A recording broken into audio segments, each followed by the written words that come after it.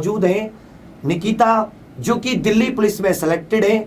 और आप लोगों को अपनी जो किस तरह से इन्होंने तैयारी की थी, क्या क्या कितने घंटे पढ़ाई की थी, कौन सा स्टडी मटेरियल फॉलो किया था, आप लोग यदि अभी से तैयारी करें तो कम से कम कितने महीनों की प्री मीडिएटेड तैयारी चाहिए, इन सब बातों का आप इनसे सवाल जवाब करेंगे और इन्हीं से जानने की कोशिश करेंगे। उससे आप लोगों को सीखना है। इस तरह की जो स्टोरीज होती हैं उनसे आपको सीखना होगा, क्योंकि क्या होता है कि लड़कों के लिए तो बहुत सारी सुविधाएं मौजूद होती हैं, वो बाहर जाके पढ़ सकते हैं, घर वाले भी कुछ नहीं कहते। परंतु जब लड़कियों की बात आती है, बहनों की बात आती है, तो थोड़ी सी प्रॉब्लम कहीं ना कहीं क्रिएट हो जाती है। कुछ अच्छे समझदार पढ़े लिखे भी कह सकते हैं, कुछ ऐसे बहुत ही विरले माँ बाप होते हैं जो फुल्ली आज़ादी दे देते हैं कि हाँ बच्चा तुम पूरी मेहनत करो, तुम्हारी हर एक मेहनत में हम लोग साथ हैं। तो जो बच्चे होते हैं उनका मनोबल अपने आप ही दोगुना हो जाता है और बहुत शानदार वो तैयारी करते हैं। परंतु गर्ल्स के मामले में थोड़ा सा उल्टा होता है। आप सभी के घर में आप सभी ने इस चीज को फेस किया होगा कहीं ना कहीं। तो अब हम लोग जानने की कोशिश करेंगे कि निकिता को कभी ये ख्याल आया है कि मुझे दिल्ली पुलिस ज्वाइन करना है। बहुत सारी और भी सिविल की जॉब होती हैं, और सिर्फ दिल्ली पुलिस नहीं, अभी दिल्ली पुलिस में सब इंस्पेक्टर के लिए भी कोशिश कर रही हैं। पहले एक बार सीपीओ रिटन भी अच्छे से क्वालिफाई कर चुकी हैं, लेकिन फिर कांस्टेबल को चुना दिल्ली पुलिस को कि जिससे आगे बाद में सीपीओ से दिल्ली पुलिस सब इंस्पेक्टर की तैयारी कर सकें। तो एक एक चीज को जानेंगे। सभी लोग आप फालतू की हजारों वीडियो शेयर करते हैं, एक बार कम से कम कुछ चेंज लाने के लिए, कुछ परिवर्तन लाने के लिए हर एक फेसबुक व्हाट्सएप ग्रुप में या टेलीग्राम ग्रुप में आप जहां भी जुड़े हुए हैं, कम से कम इस वीडियो को शेयर कर दीजिए और कम से कम अपने स्टेटस पर भी, टाइमलाइन पर भी इस वीडियो को कुछ देर के लगा कर रखेंगे, तो एक परिवर्तन में आपका भी थोड़ा सा योगदान हो जाएगा। तो चलिए स्टार्ट करते हैं। तो सबसे पहले जानते हैं निकिता जी, आप अपने बारे में बताइए बच्चा कि आप कहाँ से हैं, आपने क्या कैसी पढ़ाई की है, इन सब चीज़ों के बारे में। नमस्कार, जय हिंद, जय भारत। मैं Nikita Delhi police constable batch number 113 2016 में रिक्रूट हुई हूँ। अभी मेरी posting police line main security line visiting PP cell में है,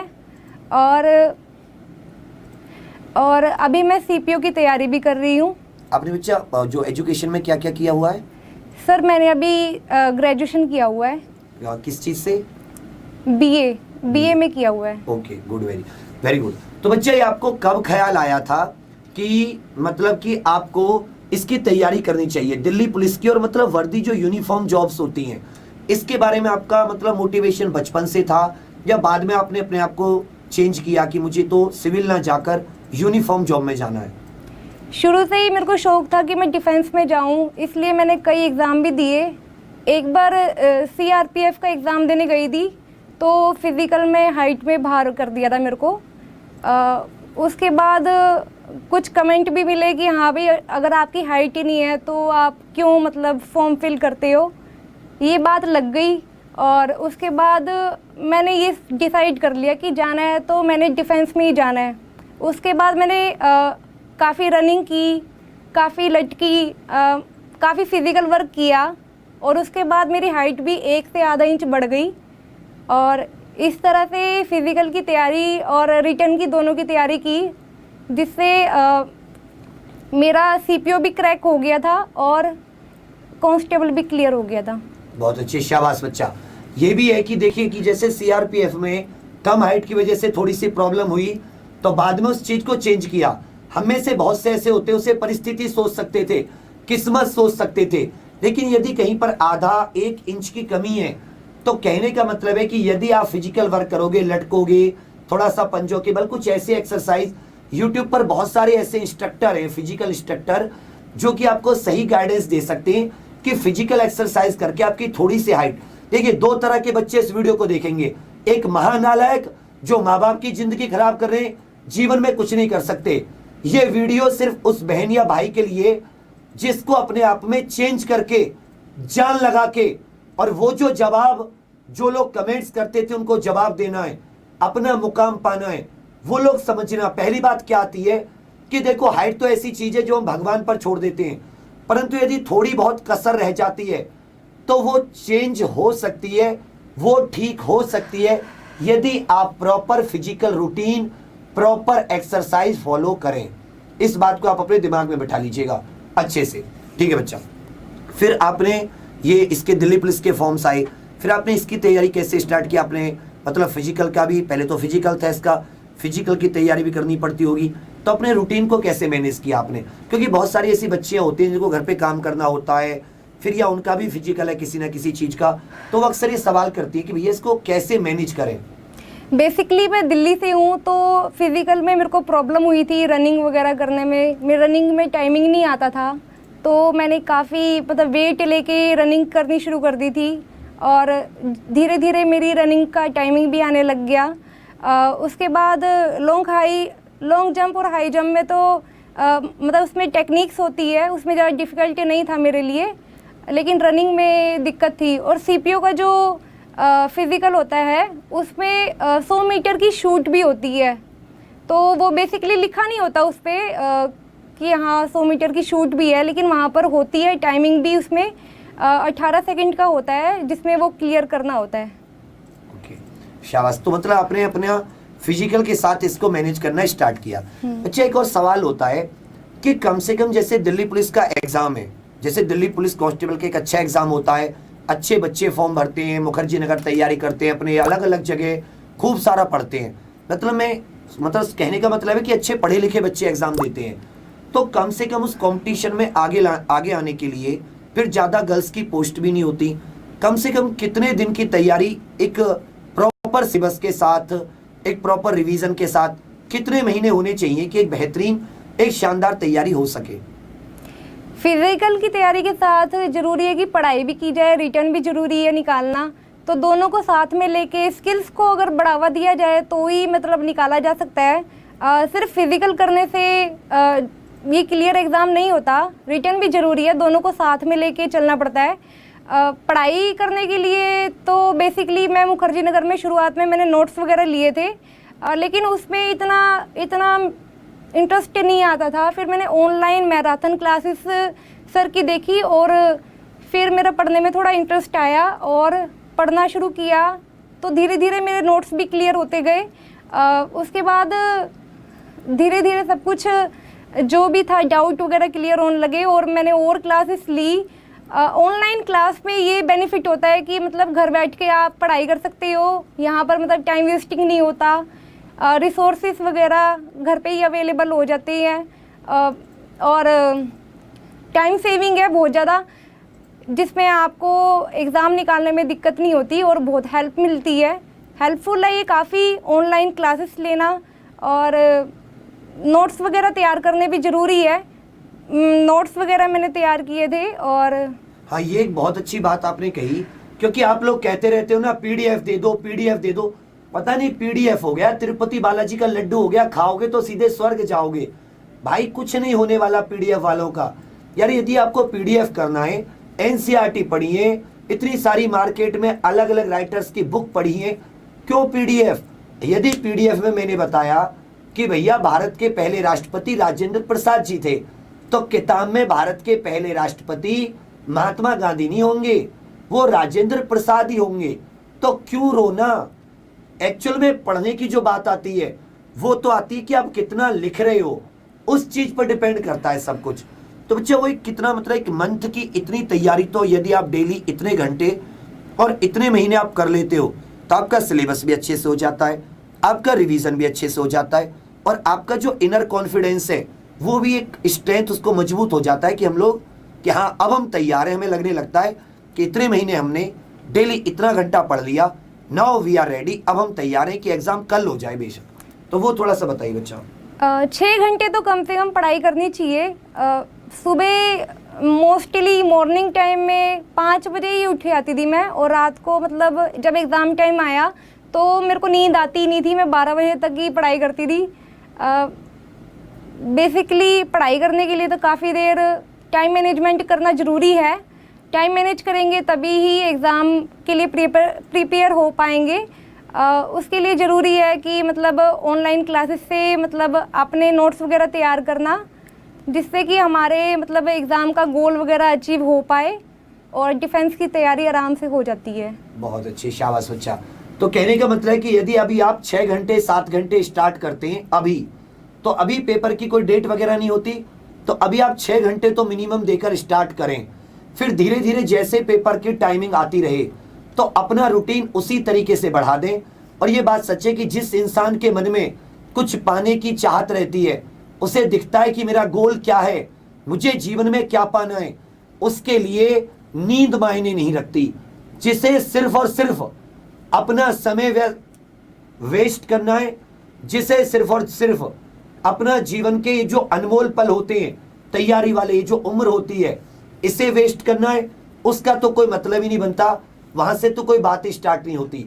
तो अभी आप 6 से 7 घंटे स्टार्ट कीजिए, फिर धीरे धीरे जैसे एग्जाम पास आता रहे तब आप उस पर पूरी तरीके से डट जाए। लेकिन एक गोल बनाइए कि दिल्ली पुलिस यदि करना है तो हर हाल में 100% करना है। चलिए अब बात आती है बच्चा अपने ट्रेनिंग शेड्यूल के बारे में बताइए। जैसे कि जब आप रिक्रूट हो गए, नहीं सबसे पहले बताइए कि जब आपका रिजल्ट आया, जब आपने एक तो फिजिकल क्वालिफाई किया, तब आपने घर पे ही बताया कि मेरा फिजिकल क्वालिफाई आगे हो गया है, तो उनका रिएक्शन, उनकी प्रतिक्रिया कैसी थी? उनका रिएक्शन तो बहुत अच्छा था। They all are happy to see me कि हाँ भाई मेरा फिजिकल क्लियर हो गया। क्योंकि किसी को लगता नहीं था कि मेरा फिजिकल होगा, क्योंकि मेरी रनिंग में टाइमिंग नहीं आता था। सबको डाउट था कि मेरा क्लियर होगा ही नहीं। बट फिर भी मेहनत करने वालों की हार नहीं होती, कोशिश करने वाले हमेशा सफलता ही पाते हैं। और उसके बाद लॉन्ग जंप, हाई जंप कोई ज़रा डिफ़िकल्ट नहीं थी। टेक्निक्स होती है उसमें, वो फॉलो करनी होती है और वही मैंने फॉलो की। बहुत अच्छी, शाबाश। तो यहाँ से एक तो आपका फिजिकल क्लियर हुआ, सब लोग खुश थे, क्योंकि सबसे अच्छा इसमें एक और अचीवमेंट होता है कि जब दुनिया ये सोचती हो कि हम फिजिकल नहीं क्लियर कर सकते और हमारा मन कहता हो कि हम क्लियर कर लेंगे और हम क्लियर कर लेते हैं, तो उसमें भी एक अलग सी अनुभूति, मतलब वो तो मैंने खुद भी पर्सनल महसूस किया। बहुत मजा आता है कि हाँ फिजिकल क्लियर हो गया, जबकि पूरा गांव, पूरा इलाका, मतलब सब लोग घर के कहते हैं इसके बस की कुछ नहीं है, ये फिजिकल नहीं कर सकता है, नहीं कर सकती। चलिए शाबाश। फिर आपने बच्चा रिटन की तैयारी की, तो फिर उन लोगों का बहुत ज़्यादा सपोर्ट रहा होगा आपके साथ, क्योंकि उन्हें पता था कि फिजिकल क्लियर हो गया तो रिटन भी अच्छे से क्लियर करेंगी। जब आपने रिटन का रिजल्ट बताया तो कुछ ही चुनिंदा होते हैं, लाखों बच्चियां पेपर देती हैं, लाखों लड़के पेपर देते हैं, बट कुछ चुनिंदा होते हैं 500-700 जो फाइनल मेरिट में सेलेक्ट होते हैं। तो जब आपका रिजल्ट आया, आपके मार्क्स कितने थे बच्चा? 76। बहुत अच्छे। तो जब आपका रिजल्ट आया, आपने घर पे बताया, तो अब उनका क्या लगा कि अब तो मेरा फाइनल रिजल्ट आ गया, मैं दिल्ली पुलिस में सेलेक्ट हो गया, मुझे मेडिकल के लिए जाना है, तो मतलब तब उनको, मम्मी पापा को मतलब कैसा लगा था? वो इनको थोड़ा सा ये जाने की वो जो खुशी होती है ना बेटी की सेलेक्ट होने की, बच्चे की सेलेक्ट होने की सरकारी नौकरी में, वो माँ बाप को किस तरह का रिएक्शन होता है, वो मैं आप लोगों तक पहुंचाना चाह रहा हूँ। तो कैसा लगा था बच्चे आपको, घर वालों को? मतलब घर वालों को बहुत अच्छा लगा था कि ये देख के कि हाँ भी मेरा सिलेक्शन हो गया है। मैं बाहर ही थी, तब मेरी एक फ्रेंड का फ़ोन आया, उसने बताया कि मतलब लिस्ट वगैरह आ गई है, तो उसने बोला चेक कर देख, मतलब लिस्ट आ गई है, मार्क्स वगैरह कितने आ रहे कितने नहीं। तो जब मैंने देखा, तो जब काउंट कर रही थी नंबर वगैरह, तो मेरे रीजनिंग में ज़रा अच्छे नंबर नहीं आए थे, 29 ही आए थे। और उसके बाद जब मैथ्स वगैरह आगे चेक किया तो फिर मेरे मतलब कैलकुलेट हुए तो 76 नंबर हो गए थे। और बाद में मेरे को यकीन नहीं हो रहा था कि मेरा सच में सिलेक्शन हो गया है, और ये जान के बहुत अच्छा लगा। और घर वालों को कैसा लगा? मम्मी जब किसको, सबसे पहले किसको बताया था कि मेरा नंबर आ गया है? ब्रदर ने ही काउंट कराए थे नंबर वगैरह, तो मैं तो इमोशनल हो गई थी कि हाँ भी मेरा निकलेगा नहीं निकलेगा, मेरे को चांस ही नहीं लग रहा था कि मेरा होगा। लेकिन जब बाद में देखा कि क्लियर हो गया, तो ब्रदर ने कहा कि इतने में क्लियर हो जाएगा, आपका टेंशन लेने की ज़रूरत नहीं है। और सच में मतलब बहुत अच्छा फील किया। मम्मी पापा भी बहुत खुश थे और सच में प्राउड फील कर रहे थे। यही मतलब देख रहे हो, यही आपको फीलिंग लानी है उनके मन में।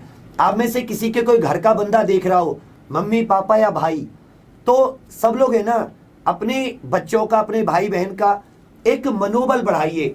जरूरी नहीं है कि वो सब पैदाइशी नहीं होते कि सारे के सारे उसेन बोल्ट या सारे के सारे बिल्कुल न्यूटन बनकर पैदा हुए हो, बिल्कुल नहीं। यदि आप उनका मनोबल बढ़ाते हो ना, आप उनको हौसला देते हो, तो कभी कभी कहते हैं ना, डूबते को तिनके का सहारा। तो आशा बहुत बड़ी चीज होती है, जो मंदिर में, मस्जिदों में ढूंढते हैं, जो भगवान को पूछते हैं, वो आशा ही होती है कि काश इनके सहारे ये हमारी सुन लेंगे और हमारे सामने जो चैलेंज है, ये मुसीबतें, प्रॉब्लम है, ये पार हो जाएगी। एक बार की बात है, एक बच्चा था, मतलब बहुत ज्यादा उसके मार्क्स अच्छे नहीं आते थे स्कूल में। तो एक बार उसकी स्कूल की जो टीचर है वो उसकी मम्मी को बुलाती है और उसकी मम्मी से कहती है कि भाई तुम्हारे बच्चे के तो मार्क्स नहीं आते और तुम्हारा बच्चा तो बहुत बेकार है, और बहुत सारा उन्हें सुनाती है। अब वो बच्चा कहता है, जब वो मम्मी के साथ वापस लौटता है, बच्चा तो बाहर खड़ा हो जाता है क्लास के, वो टीचर मम्मी को सुनाती रहती है, तो उनकी आंखों में आंसू से आ जाते हैं बच्चे के लिए ऐसा ऐसा सुन के। तो जब वो घर पे पहुंचता है, बच्चा थोड़ा, इतना बच्चा भी नहीं होता, बच्चा माँ के इमोशंस को समझता है। तो बच्चा पूछता है अपनी मम्मी से कि मम्मी टीचर ने क्या कहा। तो मम्मी कहते हैं कि टीचर ने कहा बेटा तुम बहुत होशियार हो, तुम्हारे मार्क्स बहुत अच्छे आते हैं, यदि तुम और कोशिश करो तो तुम क्लास में टॉप कर सकते हो, तुम मतलब बहुत अच्छा कर सकते हो। और वही बच्चा बाद में थॉमस एल्वा एडिसन बना, ने जाने कितने सारे आविष्कार किए। सबसे बड़ा आविष्कार तो बल्ब, जिसकी रोशनी में बैठकर आप अंधेरे से लड़ते हो, पढ़ते हो। तो कहने का मतलब था, हो सकता था उनकी मम्मी उनको सच्चाई बताती, उनका हौसला डाउन हो जाता, वही उनको दूसरे वे में बताई, और वही बच्चा उस चीज को सुधारने के लिए और बेहतर कोशिश करने के लिए एक साइंटिस्ट बना बाद में जाकर। तो ये एक स्पेशल ट्रीटमेंट होता है, इमोशनल ट्रीटमेंट, जो हमारे रिश्तेदार होते हैं, हमारे ब्लड रिलेटिव्स होते हैं, दोस्त होते हैं, यदि ये थोड़ा सा इमोशनल साथ दें तो कुछ भी कर गुजरा जा सकता है। ये बात मतलब जग जाहिर है। चलिए, बहुत अच्छा।